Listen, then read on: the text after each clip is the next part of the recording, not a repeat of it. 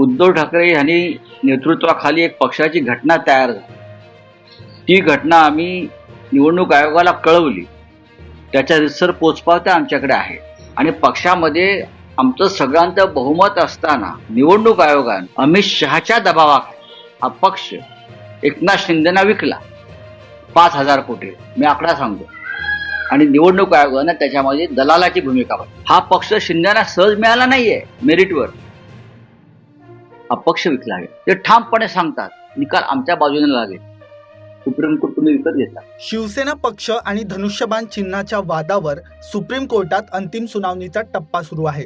ठाकरे गटाकडून आज अंतिम युक्तिवाद केला जाणार आहे आणि याच पार्श्वभूमीवर ठाकरे गटाचे खासदार संजय राऊत यांनी निवडणूक आयोग आणि केंद्र सरकारवर आतापर्यंतचा सर्वात गंभीर आरोप केला आहे. अमित शहा यांच्या दबावाखाली निवडणूक आयोगाने शिवसेना पक्ष आणि धनुष्यबाण चिन्ह 5,000 कोटी रुपयांना एकनाथ शिंदे यांना विकलं असा खळबळजनक दावा राऊतांनी केला आहे. मात्र राऊतांच्या या दाव्याला कोणते पुरावे आहेत आणि त्यांच्या आरोपामागचे नेमके मुद्दे काय पहा.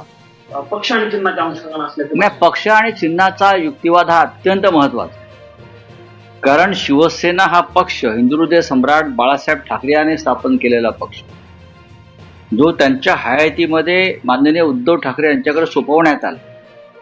उद्धव ठाकरे यांनी नेतृत्वाखाली एक पक्षाची घटना तयार झाली.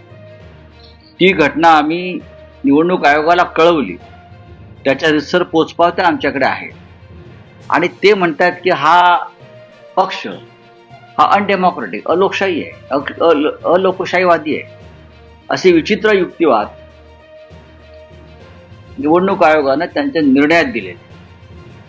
पक्ष आणि चिन्ह हेच महत्वाचे आहे. या पक्षावर जो पक्ष एका घटनात्मक रीतीने चालवला गेला, एक घटना तयार करून, आणि पक्षामध्ये आमचं सगळ्यांचं बहुमत असताना निवडणूक आयोगानं अमित शहाच्या दबावाखाली, कोणाच्या?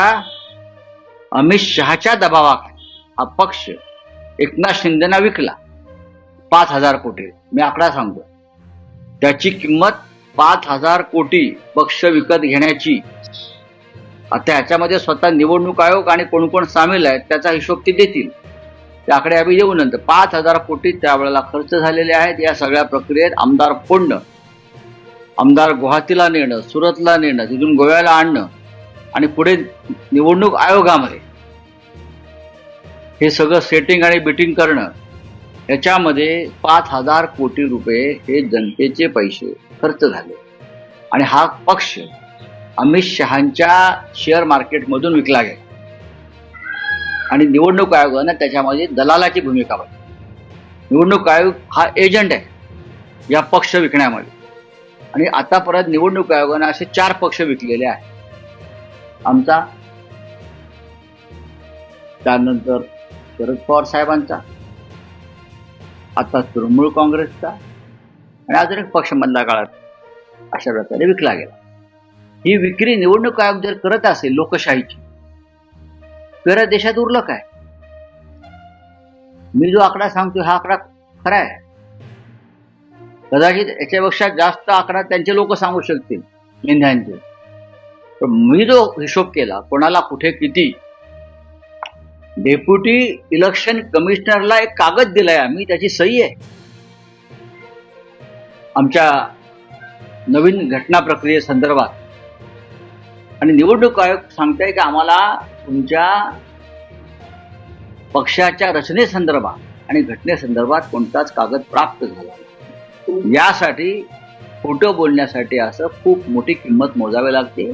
ती मिंद्याने मोजली. तुम्ही आकडे सांगताय, पुरावे काय? भ्रष्टाचाराला पुरावे असतात त्या देशामध्ये.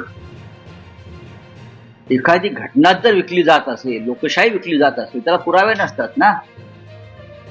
पुरावे ठेवून त्यांनी पक्ष विकला हाच पुरावा आहे ना. ज्या पद्धतीने निवडणूक आयोगाच्या संदर्भात कोर्टामध्ये आम्ही निवडणूक आयोगाच्या विरुद्ध कोर्टात गेलेलो आहोत त्यांच्या निर्णयाविरुद्ध. लक्षात घ्या, हा पक्ष शिंदेना सहज मिळाला नाहीये मेरिटवर. हा पक्ष विकला आहे, विकत दिला, आपला अधिकाराचा दुरुपयोग केला, आमचं म्हणणं ऐकून घेतलं नाही. त्याची किंमत मिंद्याने निवडणूक आयोगाला मोजली आणि अमित शहा त्याच्यामध्ये सहभाग. जे कायद्याचं उल्लंघन झालंय, जी पक्ष विक्री झाली, त्या संदर्भामध्ये तटस्थपणे निर्णय घ्यावा लागेल. आम्ही स्वतः समोरचा जो आमची रायव्हल पार्टी आहे त्यांचा सगळा भर सेटिंगवर आहे. ते ठामपणे सांगतात निकाल आमच्या बाजूने लागेल. सुप्रीम कोर्ट तुम्ही विकत घेता. ते ठामपणे सांगतात नाही नाही निकाल आमच्या बाजूने, तसं आम्हाला वचन दिलेलं आहे. प्रॉमिस फेवर कोणी प्रॉमिस दिलाय? नरेंद्र मोदींनी. कोणी प्रॉमिस दिलाय? अमित शहानी. सर्वोच्च न्यायालयाने अशी दखल घेतली पाहिजे.